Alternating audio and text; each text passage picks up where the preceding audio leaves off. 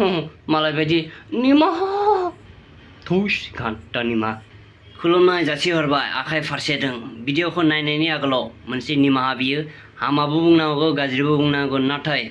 बेबायदि भिडिअखौ नुबा नेना थानो हाया आरोना आङो लोगोफोर बेखायनो भिडिअखौ दिन लाबोनाय जाबाय हामा मोनो मा मोनो बाबु बिमाया आइ डोन्ट केयार नाथाय बेबायदि भिडिअ नुबा गोसोआव बोरैबा नाङो ओंखायसो भिडिअखौ लाबोनाय जाबाय तो भिडिअखौ नाय वेलकम धमाका के ब्लॉग्स यूट्यूब से मैं आप लोग को स्वागत करता हूं दिनैनि भिडिअआ जाबाय बाबु बिफा बुंनानै एसेबां लेथ्रा भिडिअ लाबोदों माने बे बुस्थुफोराना प्राइवेट बुस्थु जायो बेफोरखौ नों भिडिअ इदि क्लिप लानो हागोन माने बेबायदि बुंनानै नों एसेबां लेथ्रा माने नोंनि कमेन्टखौथ' नायजाया आरोना बाबु बिफा बुंनानै तो बारा बुंजाया भिडिअ क्लिप नायना लासुन एसेबां लेथ्रा हिन्जाव नों थुस मुगुसुगुइ बाबु बिफामो नै लांदो बाबु बिमाफोरनो लांदो नै आं दखान होखादों नै फ्रियाव आं बैसागुआव जाय बयनोबो हरगोन दे बाबु बिफामोननो लागोन ना लाया बाबु बिफामोन माने नोंसोर गार्लफ्रेन्डनो होनो हागोन ना बेखौ हरबाथाय लादो दे बाबु बिफामोन सि जोंहा नारें जुमब्रायानो गैया इखौ लाबोना जों मा गानगोन बोरमा जों मा गानगोन बेखौ जेनेबा गार्लफ्रेन्डनो हरगोन नों बायना हरबासो जों गार्लफ्रेन्डनो हरनो हागोन मा जोंहा फैसा थाखा गैया नामा हा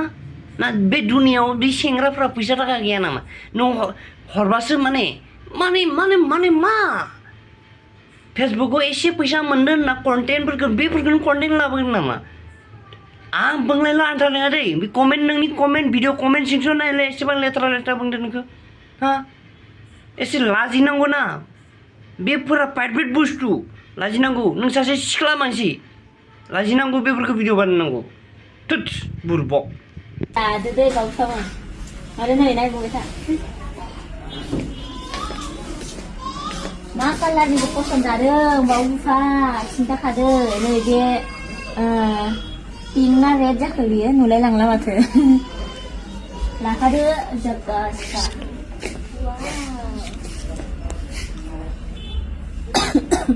नांगौबा खिन्थाहर बाबु बिफामोन दे कमेन्टआव खोन्थाहर सोर सासेनो मा कालारखौ नांगौ स्राय खनसे दिन्थिहरदो बाबु बिमाया फ्रियावनो हरखागोन आरो बायनानै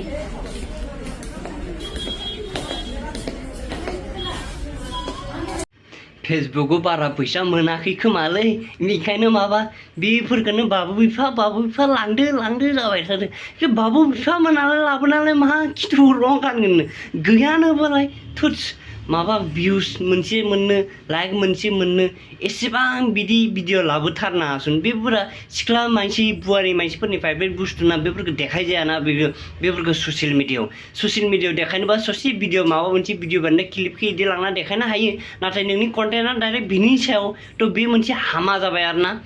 लासिं सिं सासे नों बर' सिख्ला जाना सासे सिख्ला जानानै बेबायदि भिडिअ लाबोनाया बहुद गोरोन्थि आरो नायनो हामा भिडिअ आरोना बेफोरखौ नोंखौथ' बहुत उन्दै गथ'फ्राबो नायो गोबां मानसियाबो नायो नाथाय बेबायदि कन्टेन्ट लाबोनायखौ आं मोजां नुहरासै आरोना